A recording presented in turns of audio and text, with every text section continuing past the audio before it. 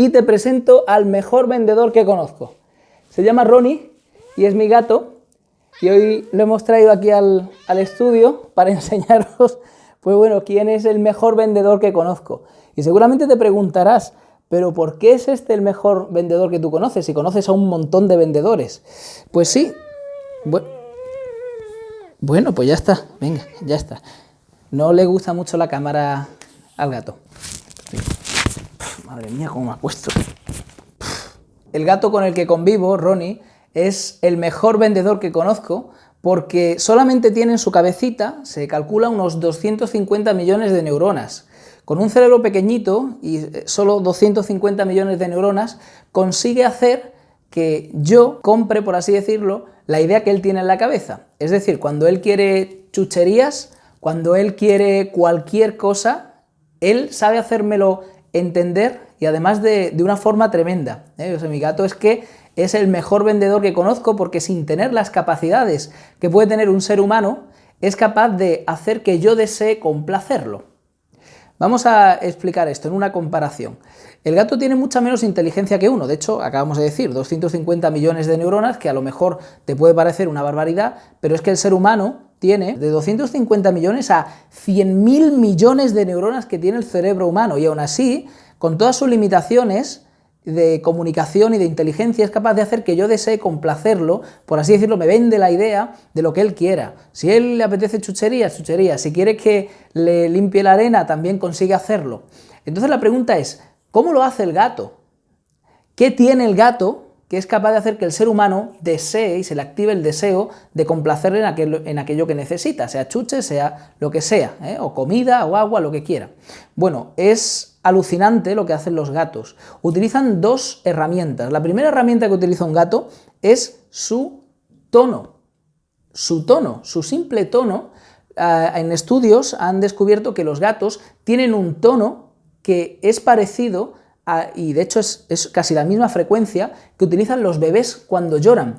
Saben imitar el llanto, por así decirlo, de un bebé que activa las alarmas en el cerebro, seas hombre o mujer, y rápidamente quieres ir a ver qué le pasa. Ese tono agudo hace que tú quieras, con sus maullidos, con su forma de expresarse. De hecho, los maullidos lo utilizan prácticamente solamente a la hora de comunicarse con el ser humano, para eso, para que tú vayas y lo quieras complacer, ya te pone en alerta. Lo segundo que utiliza un gato para hacerte saber lo que quiere y que tú desees satisfacerlo es el lenguaje no verbal, el LNV. Según algunos estudios, la gran cantidad de información que se habla, hasta entre un 80-85, hay muchos estudios, por ciento, pero más o menos según compendio entre un 65% y un 85%, es de lenguaje no verbal, es decir, no es lo que dices, es cómo lo dices, es lo que estás transmitiendo.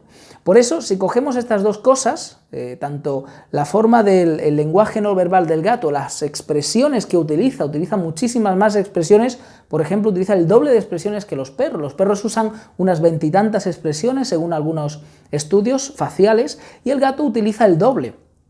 Así es como hace con su lenguaje no verbal y con los tonos que utiliza. Ahora, ¿cómo podemos coger estas dos cosas y aplicarlo a aquello que tú tienes? Ese servicio, ese producto que como emprendedor o emprendedora lo estás ahora intentando comercializar, o en el caso de que seas un vendedor, como yo, que soy un vendedor por amor al arte, además, que me encanta vender el producto o el servicio de un tercero. ¿Cómo podemos ahora aplicar esto como vendedores? ¿Cómo lo aplico yo? Te explico. Dos tips rápidos, dos trucos que te van a venir genial. Uno, con el lenguaje no verbal. Cuando tú te expreses, tienes que hacerlo con seguridad, con confianza. Se te tiene que ver transparente, se te tiene que ver sincero, que realmente estás ahí para echarle una mano a la persona y hacer que tome la mejor decisión de compra. Cuando estés cara a cara con una persona, pues procura no echarte, si estás sentado, no echarte en la silla, no ponerte así, es decir, estate pues en una postura correcta, firme, con los pies plantados en el suelo, y habla mirando los ojos a tu interlocutor. De otra manera también, ¿cómo lo hace el gato?